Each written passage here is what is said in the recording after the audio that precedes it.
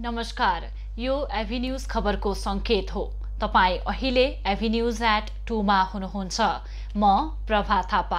प्रारम्भमा मूल खबर। ओलीको प्रतिगमनलाई मत्थर गर्ने खेलमा विदेशी शक्ति लागेको पूर्व प्रधानमन्त्री भट्टराईको आरोप। मुलुकलाई परनिर्भरतामा फसाउने षड्यन्त्र गरेको भनाई। संसद विघटन असंवैधानिक भए पनि चुनाव संवैधानिक भएको कांग्रेस उपसभापति निधिको भनाई। लोकतन्त्र रक्षाका लागि प्रतिनिधि सभा आवश्यक। कोरोना संक्रमणले भुक्तानी रोकिँदा निर्माण व्यवसायी मारमा। काम सम्पन्न गरेको 6 महिनासम्म पनि रकम निकासा भएन। अमेरिकी राष्ट्रपति ट्रम्प विरुद्ध महाअभियोग प्रस्ताव पेश। ट्रम्पबाट प्रजातन्त्र र संविधानको निम्ति तत्काल खतरा भएको जिकिर। र 17औं पल्सर स्पोर्ट्स अवार्ड आज 10 विधाका उत्कृष्ट खेलाडीलाई पुरस्कृत गरिने।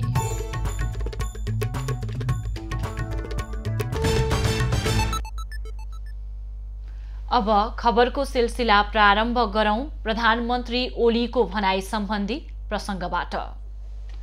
प्रधानमन्त्री केपी ओलीले कुनै पनि मुलुक भूगोल र जनसंख्याका हिसाबले सानो ठूलो नहुने बताएका छन्।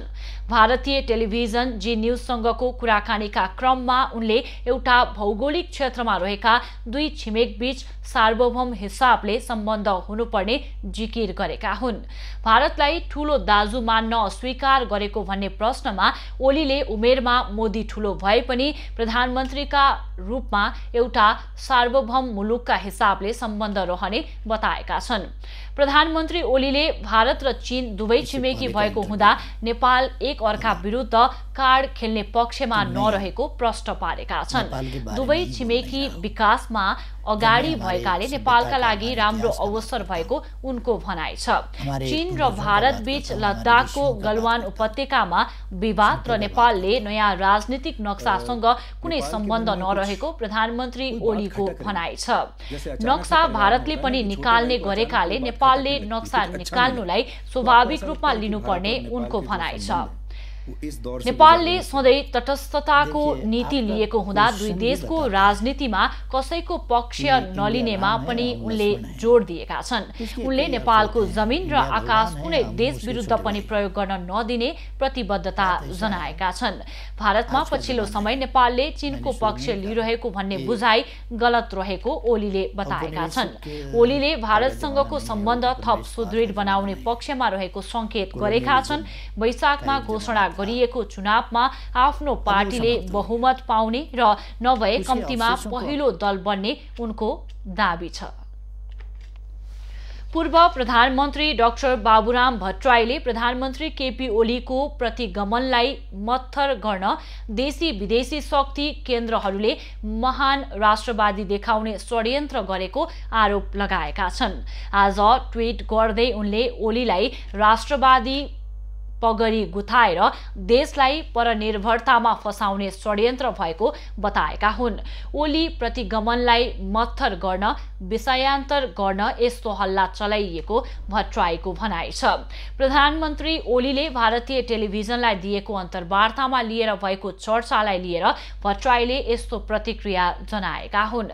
जनता समाजवादी पार्टी नेपालका नेता समेत रहेका नेता भट्टराईले देशी विदेशी शक्ति केन्द्रबाट 2017 सालपछि तत्कालीन राजा महेन्द्रलाई चाहिँ ओलीलाई चित्रण गर्न खोजेको बताएका छन्। उनले प्रधानमन्त्री ओलीलाई महान राष्ट्रवादी, हकी, साहसी, कसैसँग नझुक्ने भनी प्रायोजित पगडी गुथाइने तयारी भइरहेको भन्दै सचेत रहन आग्रह समेत गरेका छन्। ओलीलाई राष्ट्रवादी देखाउँदै देशलाई निरङ्कुशता, अल्प विकास र परनिर्भरतामा फसाइने षड्यन्त्र भएको उनको दाबी छ। नेपाली कांग्रेसका उपसभापति विमलेन्द्र निधिले प्रधानमन्त्री केपी ओलीले गरेको प्रतिनिधि सभा विघटनको निर्णय अवैधानिक भए पनि निर्वाचनको घोषणा संवैधानिक भएको बताएका छन्। प्रेस युनियन धनुषाले जनकपुरमा मंगलबार आयोजना गरेको पत्रकार सम्मेलनमा उनले सरकारले गरेको प्रतिनिधि सभा विघटन अवैधानिक र चुनाव संवैधानिक भएको बताएका हुन्।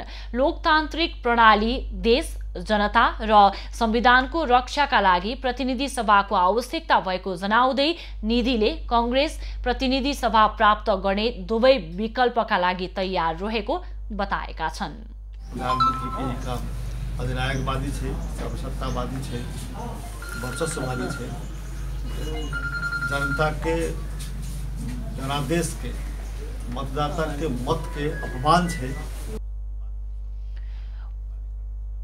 उपसभापति निधिले अब हुने निर्वाचन विगतमा राजाद्वारा गराइएको निर्वाचन प्रणाली जस्तो नहुने उल्लेख गर्दै निर्वाचनमा भाग लिनु संवैधानिक हुने स्पष्ट पारे। उनले संसद पुनर्स्थापना र निर्वाचन दुवै विकल्पका लागि कार्यकर्ताहरूलाई तयार भएर बस्नुपर्नेमा पनि उल्लेख गरेका छन्। सडक आन्दोलनबाट पुनर्स्थापना सुरक्षित नरहेको बताउँदै पुनर्स्थापना नहुने कारक कांग्रेस बन्न नहुने समेत निधिले जिकिर गरेका छन्। उनले नेपाली कांग्रेसले यसअघि 14औं महाधिवेशनका लागि गरेको तयारी अहिलेलाई थाती राख्न स्पष्ट पारेका छन्। निर्वाचनका लागि अहिले सोच नै नहुने भन्ने सोच राख्नु अव्यावहारिक, अवैज्ञानिक सोच रहेको निधिको भनाइ थियो। अब हुने राष्ट्रिय निर्वाचनमा नेपाली कांग्रेसले अलोकतान्त्रिक शक्तिहरूलाई परास्त गरेर देखाउने पनि बताएका छन्। नेकपाको दाहाल नेपाल समूहले आज 3वटा प्रदेशमा बृहत कार्यकर्ता भेला गर्दैछ। दाहाल नेपाल समूहले प्रदेश नम्बर 2 गण्डकी र कर्णाली प्रदेशमा बृहत कार्यकर्ता भेला गर्न लागेको हो। गण्डकी प्रदेश स्तरीय भेलामा सहभागी हुन अध्यक्ष पुष्पकमल दाहाल र माधव नेपाल पोखरा जाँदैछन्। प्रतिनिधि सभा विघटनपछि दुवै नेता पहिलो पटक उपत्यका बाहिरको कार्यक्रममा सहभागी हुन लागेका हुन्। पार्टीमा आन्तरिक मतभेद सिर्जना भएपछि अन्य प्रदेशमा जस्तै गण्डकीमा पनि दुवै समूहको छुट्टा छुट्टै कार्यक्रम रहेको छ। प्रतिनिधि सभा विघटन गर्ने प्रधानमन्त्री केपी ओलीको कदम विरुद्ध दाहाल नेपाल समूहले दोस्रो चरणको संघर्षका कार्यक्रम गरिरहेको छ। सोमबार सो समूहले लुम्बिनी प्रदेश 1 र सुदूरपश्चिममा बृहत कार्यकर्ता भेला गरेको थियो। प्रतिनिधि सभा विघटन असंवैधानिक कदम भएको बारे कार्यकर्तालाई अभिमुखीकरण गरी जनस्तरसम्म प्रचार प्रसार गर्न तल्लो तहसम्म भेला गरिएको सो समूहले जनाएको छ। दाहाल नेपाल समूहले दोस्रो चरणमा आगामी माघ 23 गतेसम्मका लागि संघर्षका कार्यक्रम घोषणा गरिसकेको छ। ओली पक्षले पनि जिल्लामा भेला गरिरहेको छ। नेकपा प्रदेश 1 को दाहाल नेपाल समूहको संसदीय दलले मुख्यमन्त्री शेरधन राई सहितका 8 जनालाई सांसद पदबाट निलम्बन गरेको घोषणा गरेको छ। सो समूहले विज्ञप्ति मार्फत उनीहरूलाई 3 महिनासम्म प्रदेश सभाको कुनै पनि गतिविधिमा सहभागी हुन नपाउने गरी निलम्बन गरेको जनाएको हो। निलम्बन घोषणा गरिएकामा मुख्यमन्त्री राई सहित भूमि व्यवस्था, कृषि तथा सहकारी राज्य मन्त्री रामबहादुर मगर, आन्तरिक मामिला तथा कानून मन्त्री हिक्मत कुमार कार्की, भौतिक पूर्वाधार विकास राज्य मन्त्री अम्बिर बाबु गुरुङ, प्रमुख सचेतक बुद्धि कुमार राज भण्डारी, न्याय प्रशासन तथा विधायन समिति सभापति इन्द्रमणि पराजुली, अम्बिका थापा र विमल कार्की रहेका छन्। दलको कुनै पनि बैठकमा उपस्थित नभएर पार्टी र सरकारको हित विपरीत गतिविधिमा संलग्न रहेकाले संसदीय दलको विधान अनुसार निलम्बन गरिएको विज्ञप्तिमा उल्लेख छ।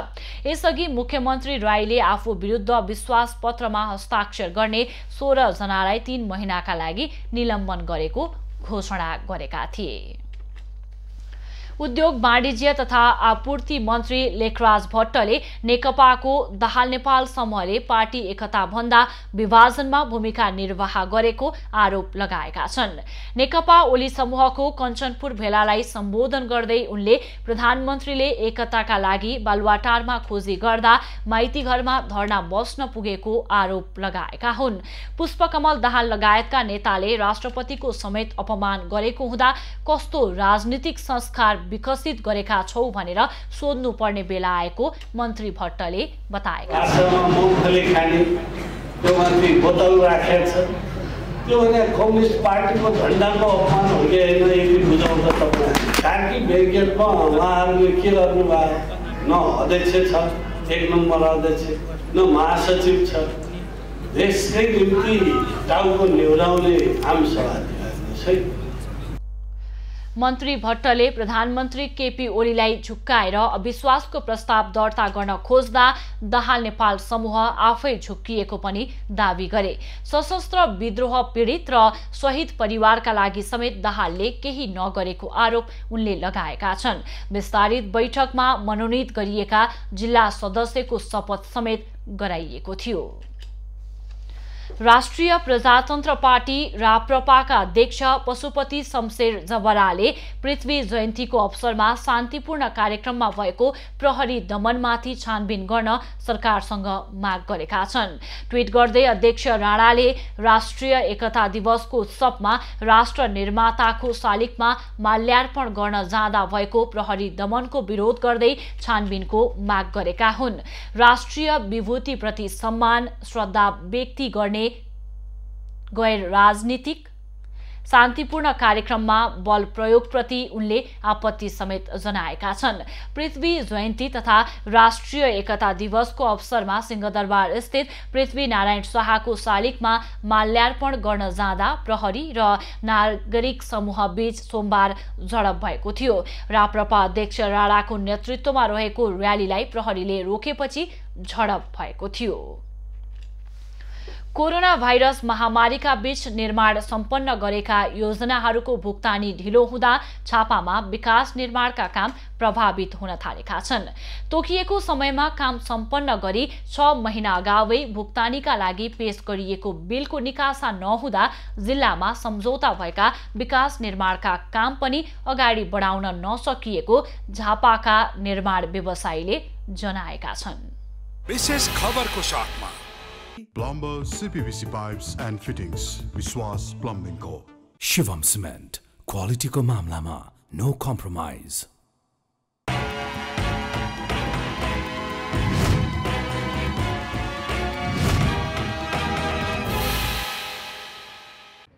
कोरोना महामारीका बीच निर्माण सम्पन्न गरिएका योजनाहरूको बिल पेश गरेको लामो समयसम्म भुक्तानी नहुँदा झापामा विकास निर्माणको कार्य प्रभावित हुन थालेका छन्। समयमा काम सम्पन्न गरिएका योजनाका रकम लामो समय भइसक्दा समेत भुक्तानी भएको छैन।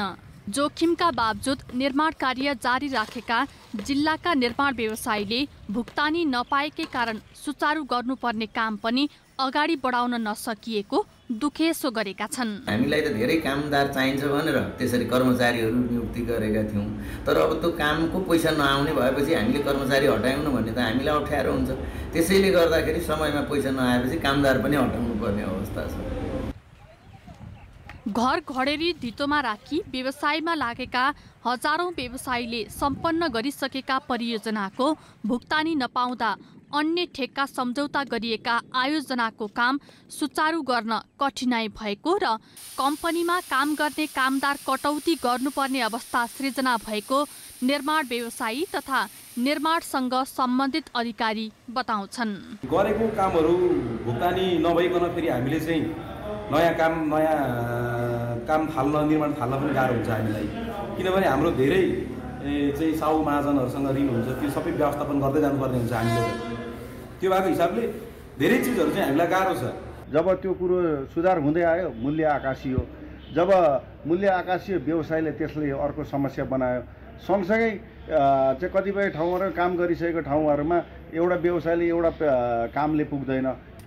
सरकारको निर्देशनलाई पालना गरी चुनौतीका बावजुद सम्पन्न गरिएका योजनाहरूको रकम भुक्तानी नहुँदा धेरै निर्माण व्यवसायी पलायन हुनुपर्ने स्थितिमा पुगेको निर्माण व्यवसायी सङ्घ झापाले जनाएको छ। कोभिड-19 को मार्गमा पनि स्वास्थ्य मापदण्ड अपनाएर काम गरिरहँदाखेरि चाहिँ हाम्रो जुन काम सम्पन्न भइसकेको थियो त्यो काम सम्पन्न भइसकेको योजनाहरू पनि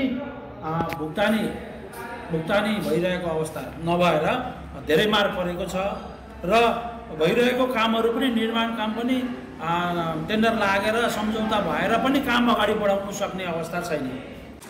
काम समयमा नसक्दा कालो सूचीमा राखी कारबाही गर्न अग्रसरता देखाउने सरकारले समयमा नै सम्पन्न गरेका योजनाका रकम दिन आनाकानी गर्दा व्यवसायीसँग सम्बन्ध श्रमिक, व्यापारी र आम मजदुर समेत समस्यामा त छन् नै, सम्झौता भएका योजनाका काम समेत सुचारू नहुँदा झनै भद्रगोलको स्थिति निम्तने निश्चित छ। तसर्थ सरकारले रकम भुक्तानी गरी काम गर्ने वातावरण बनाउन आवश्यक देखिन्छ। झापाबाट सन्तोष न्यौपानेको रिपोर्ट।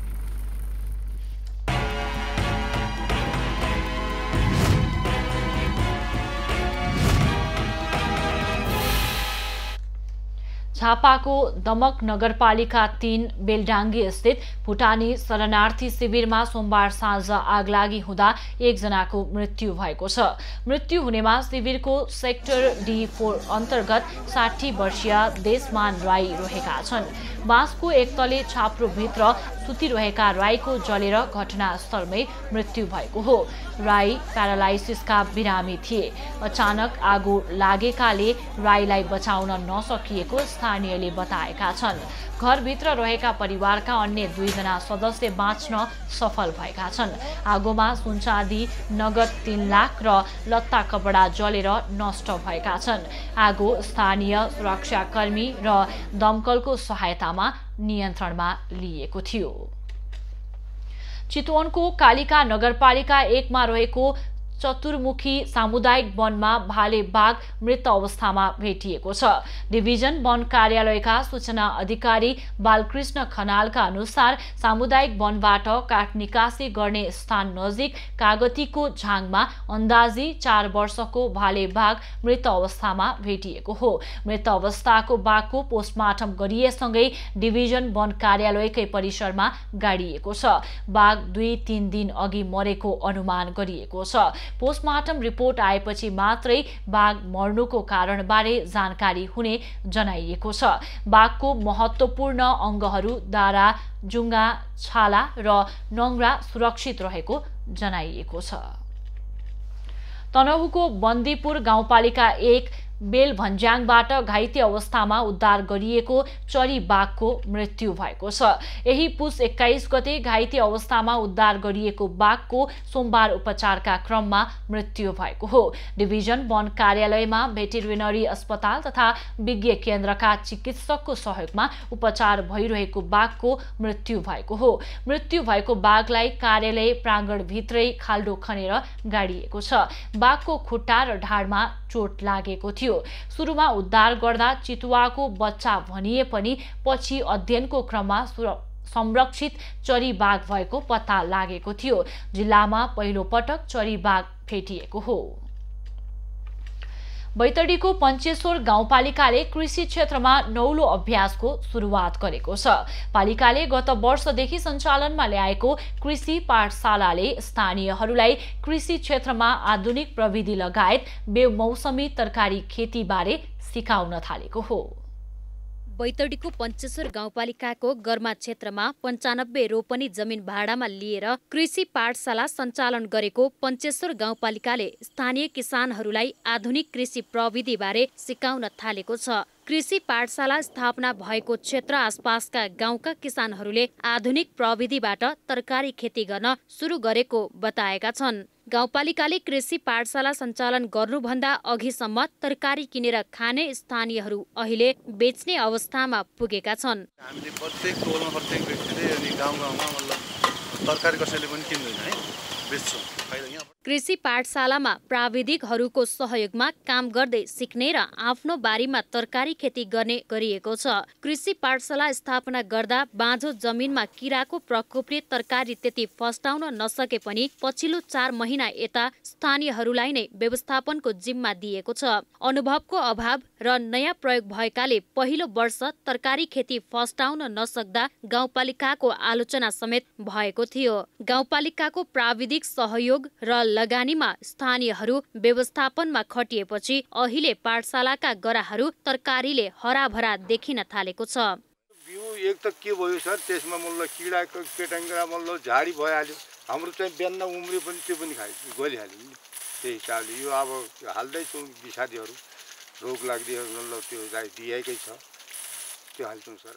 कृषि पाठशालामा अहिले प्याज, काउली, बन्दा, धनिया, गाजर, गोलभेडा लगायतका तरकारी लगाइएको छ। पञ्चेश्वर गाउँपालिकाको कृषि लगायत शिक्षा, स्वास्थ्य तथा पूर्वाधारको क्षेत्रमा गरेको प्रतिबद्धता अनुसार काम अघि बढेको पालिकाले जनाएको छ। विकास निर्माण र कृषि क्षेत्रमा गाउँपालिकाको कामहरू योजनाबद्ध तरिकाले अघि बढिरहेको जनप्रतिनिधिहरूले बताएका छन्। बाचा गरिएअनुसार हामीले भनेअनुसारका कुराहरू गर्नु पाउँदा खुसी नै लागेको छ र जनताहरू पनि अधिकांश, अब 100% त कुनै ठाउँमा हुने कुरा भएन, अधिकांश जनताहरू पनि हाम्रा कामकारहरूबाट, हामीले गरेका विकास निर्माणका कामकारहरूबाट सन्तुष्ट नै छन् भन्ने हामीले महसुस गरेका छौँ। गरमा कृषि पाठशालामा अहिले 3 जना कृषि प्राविधिक र आवश्यकता अनुसार दैनिक 10-12 जनादेखि 25-30 जना स्थानीय किसानले काम गर्दै आएका छन्। पञ्चेश्वर गाउँपालिकाले कृषि पाठशाला सञ्चालनमा ल्याएपछि अहिले कृषि ज्ञान केन्द्रले पनि सहयोग गर्न थालेको छ। बैतडीमा मात्रै होइन, सम्भवतः सुदूरपश्चिममै जमिन भाडामा लिएर कृषि पाठशाला सञ्चालन गर्ने पञ्चेश्वर पहिलो गाउँपालिका हो। लोकेश साउद, बैतडी। खबरको सिलसिला अझै जारी छ, हामीसँगै रहनुहोला। अब बाँकी खबर। मुगु सदरमुकाम गमगढीलाई सोरु गाउँपालिकाको सिप तारापानी जोड्ने गरी कर्णाली नदीमा बेली ब्रिज निर्माण भएको छ। 56 मिटर लामो बेली ब्रिजको सांसद गोपाल बहादुर बमले उद्घाटन गरेका हुन्। 1 करोड 50 लाखको लागतमा पुल 3 वर्षमा निर्माण पूरा भएको हो। पुल उद्घाटन भएको खुसियालीमा स्थानीयले बाजागाजा तथा नाचगान गरेका छन्। पुल बनेपछि सोरु गाउँपालिकाका 11 मध्ये 8 वडामा यातायातको पहुँच पुगेको छ।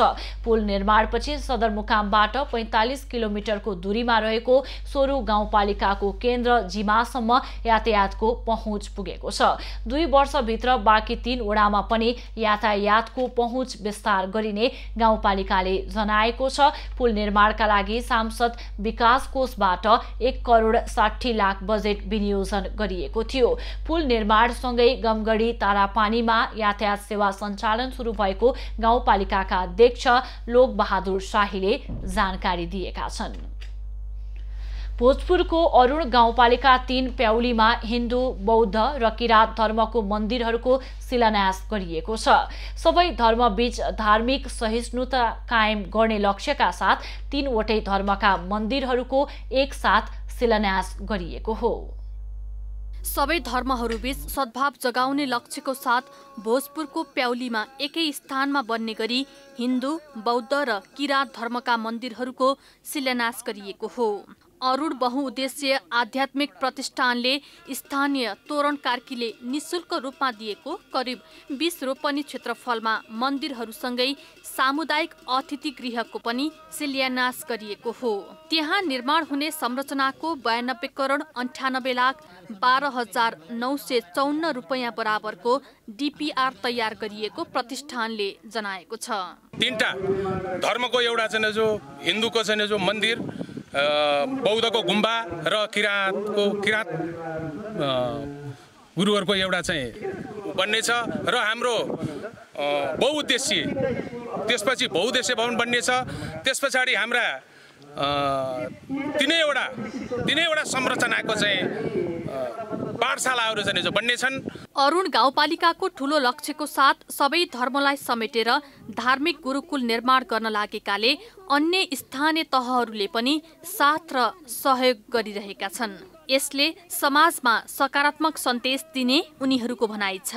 यो गाउँपालिकाले विशेष गरेर धार्मिक गुरुकुलको एउटा प्रतिष्ठानको स्थापना गर्ने र त्यहाँबाट जातीय हिसाबले, सांस्कृतिक हिसाबले, धार्मिक हिसाबले सबै हिसाबले त्यसलाई चाहिँ अब सम्मानजनक ढङ्गले अगाडि लाने र यहाँबाट चाहिँ हरेका विकृतिहरू, विसङ्गतिहरू, विभिन्न खालका समाजमा घटिरहेका नकारात्मक खालका घटनाहरू हुन्छन् त्यसलाई अन्त्य गर्नको निमित्त 3वटै धर्मका पाठशाला समेत स्थापना हुने जनाइएको छ। पछिल्लो समय धर्मको बहानामा देखिएका विभिन्न खाले समाजलाई विखण्डनमा ल्याउने खालका क्रियाकलापहरू नियन्त्रण गर्न यसले सहयोग पुग्ने गाउँपालिकाले जनाएको छ। ठूलो रकमको डिपिआर तयार भएकाले रकम जुटाउनको लागि केन्द्र, प्रदेश तथा स्थानीय निकायसँग समन्वय भइरहेको गाउँपालिकाले जनाएको छ। बन्न लागेका संरचनाहरूको पूर्णताको लागि सहयोग गर्न सबैमा गाउँपालिकाले आग्रह समेत गरेको छ। अब बौद्धले कसलाई चाहिँ अवहेलना गरेर बोल्ने, क्रिस्चियनले कसलाई बोल्ने, हिन्दूले कसलाई बोल्ने, यी पनि कुराहरू यस ठाउँमा आछन्। त्यसले गर्दा यी समग्र कुराहरूलाई समेटेर हामी एकै ठाउँ रहौँ, हामी आखिर एउटै हौँ।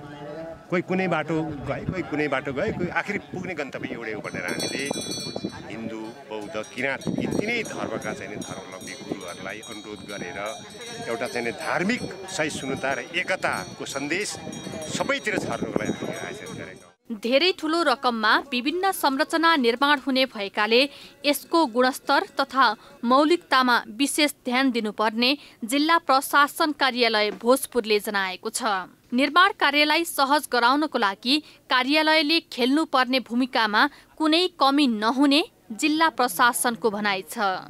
छुट्टा छुट्टै रूपमा बन्न लागेका धार्मिक संरचनाहरूको हिन्दू, बौद्ध र किराँत धर्मका गुरुहरूले आफ्नो विधिबाट शिलान्यास गरेका छन्। गाउँपालिकाले सबै धर्मलाई संरक्षण तथा विकास विस्तार गर्ने लक्ष्यका साथ गर्न लागेको यो कार्यको स्थानीयले प्रशंसा गरेका छन्। भोजपुरबाट युवराज विष्टको रिपोर्ट। 2224 राज्यलाई एकीकरण गरेर सिङ्गो आधुनिक नेपालका परिकल्पनाकार पृथ्वी नारायण शाहको 279औं जयन्ती तथा राष्ट्रिय एकता दिवस काठमाडौँमा भव्यताका साथ मनाइएको छ। पछिल्लो समय पृथ्वी जयन्ती तथा राष्ट्रिय एकता दिवसको सरकारले औपचारिक कार्यक्रम गरेर मनाउन छाडिसकेको छ। यस वर्ष पनि सरकारले कुनै पनि औपचारिक कार्यक्रम राखेको थिएन।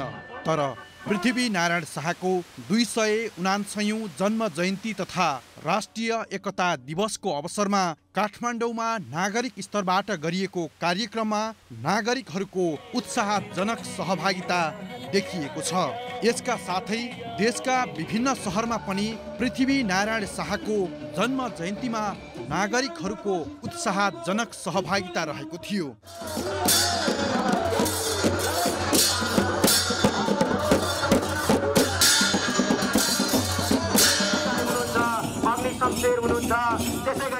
हातमा नेपालको राष्ट्रिय झण्डा र पृथ्वी नारायण शाहको तस्बिर बोकेका सहभागीहरूले शालिगमा माल्यार्पण गरी पृथ्वी नारायण शाहप्रति श्रद्धाभाव अर्पण गरेका थिए।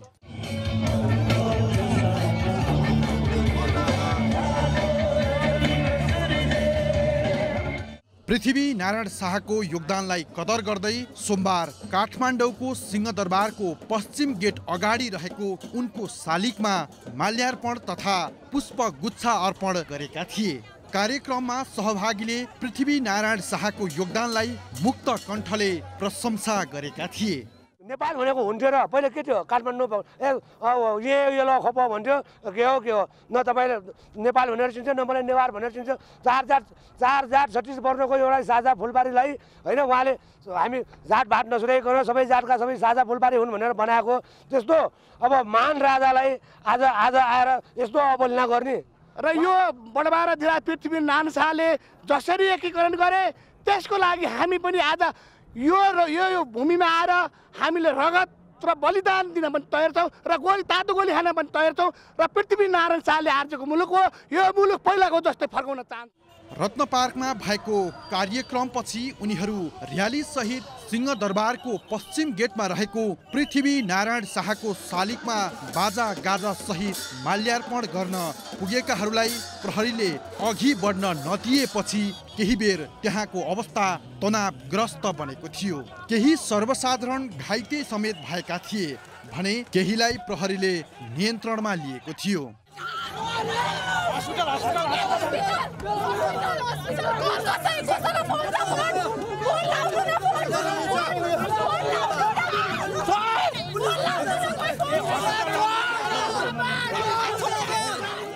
पृथ्वी नारायण शाहको 249औं जन्म जयन्ती तथा राष्ट्रिय एकता दिवसको अवसरमा राप्रपाले निकालेको र्यालीका क्रममा भद्रकालीमा प्रहरीसँग घम्साघम्सी भएको थियो।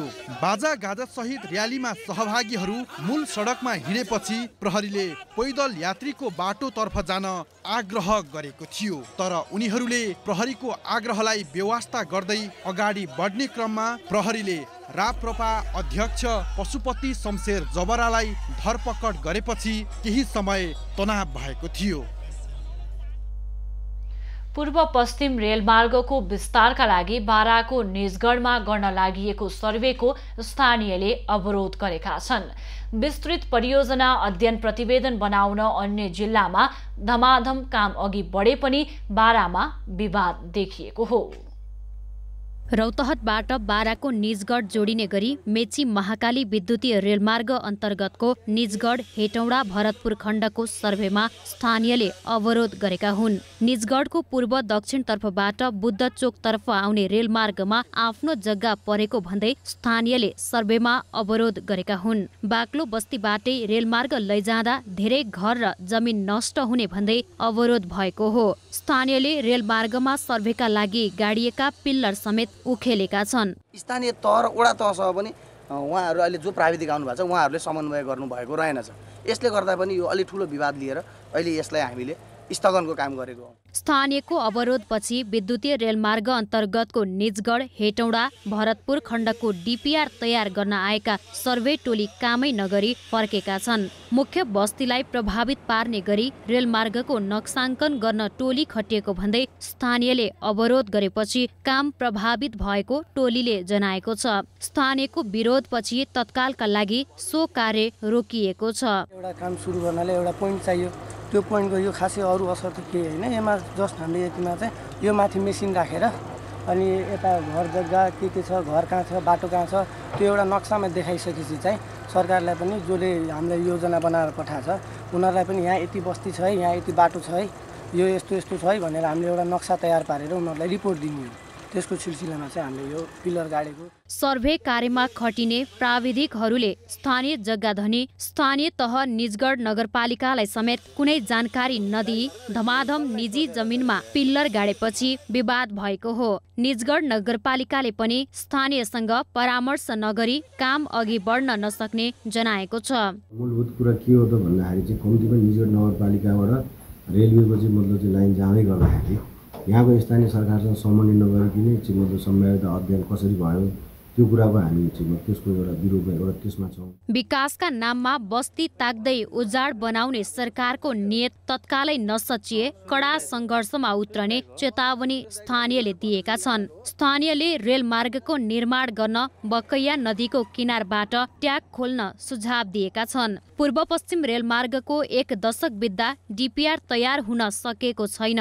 रेलमार्गको निर्माणको प्रक्रिया सन् 2008 सालदेखि अघि बढेको हो। इन्दीप कोइराला, बारा। खबरको सिलसिला अझै जारी छ, हामीसँगै रहनुहोला। नेपाल खेलकुद पत्रकार मञ्चले आज 17औं पल्सर स्पोर्ट्स अवार्ड वितरण गर्दैछ। अवार्ड वितरण कार्यक्रम ललितपुरको 7 बाटो स्थित कराते हलमा अपराह्न 4:30 बजे हुनेछ। कोरोना भाइरस महामारीका कारण यो वर्ष अवार्ड वितरण कार्यक्रम सेमी भर्चुअल रूपमा आयोजना गरिएको हो। खेलकुद पत्रकारितासँगै खेलाडी र खेलकर्मीको प्राप्त उपलब्धिलाई सम्मान गर्न मञ्चले हरेक वर्ष अवार्ड वितरण गर्दै आएको छ। यस वर्ष समेत पल्सर स्पोर्ट्स अवार्ड विभिन्न 10 विधामा प्रदान हुनेछ।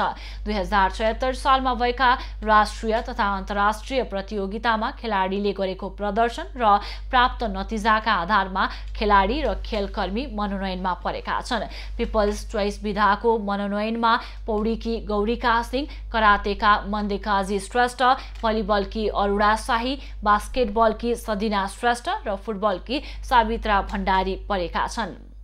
यी सेवा मार्फतको भोटिङ, फेसबुक लाइक, आयोजक मञ्चका सदस्य र विभिन्न राष्ट्रिय संघका मुख्य प्रशिक्षकको मतका आधारमा पिपल्स चोइस विधाको विजेता छनौट हुनेछन्। पल्सर स्पोर्ट्स अवार्डमा पिपल्स चोइससँगै प्यारा एथलेटिकको सम्मान, special lifetime achievement, team of the year award र अन्तर्राष्ट्रिय खेल पत्रकारको सम्मान कार्यक्रमकै दिन आज घोषणा गरिनेछ। वर्षका पुरुष, महिला प्रशिक्षक र पिपल्स चोइस विधाका विजेताले पल्सर मोटरसाइकल पुरस्कार प्राप्त गर्नेछन्।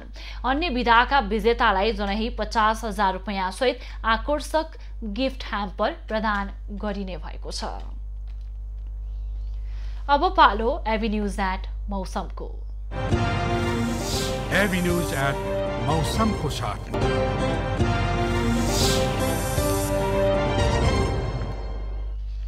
यति बेला देशभरको मौसममा आंशिकदेखि सामान्य बदली रही प्रदेश 1, प्रदेश 2, बागमती प्रदेश र गण्डकी प्रदेशका 1-2 स्थानमा हल्का वर्षाको सम्भावना रहेको छ भने तराईका भूभागमा बाक्लो हुस्सु कुहिरोको सम्भावना रहेको पनि जल तथा मौसम पूर्वानुमान महाशाखाले जनाएको छ।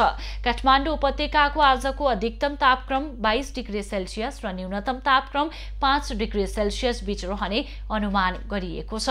आज सूर्योदय बिहान 6:56 भयो भने सूर्यास्त साँझ 5:28 हुनेछ। आज देशभरको मौसम कस्तो रहला त हेरौं देशका विभिन्न स्थानको अनुमानित मौसमी अवस्था।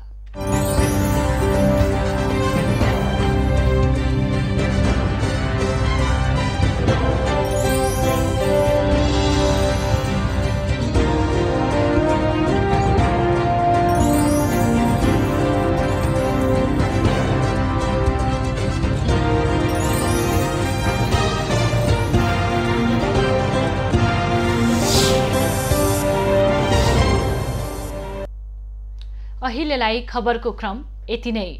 एभिन्यूज खबरका यी सहित अन्य विस्तृत खबरका लागि www.avenews.tv लगअन गर्न सक्नुहुनेछ। युट्युब, फेसबुक र ट्विटरमा पनि हामीलाई फलो गर्न सकिनेछ। खबर भित्रको खबरका लागि हेर्दै रहनुहोला एभिन्यूज खबर। नमस्कार।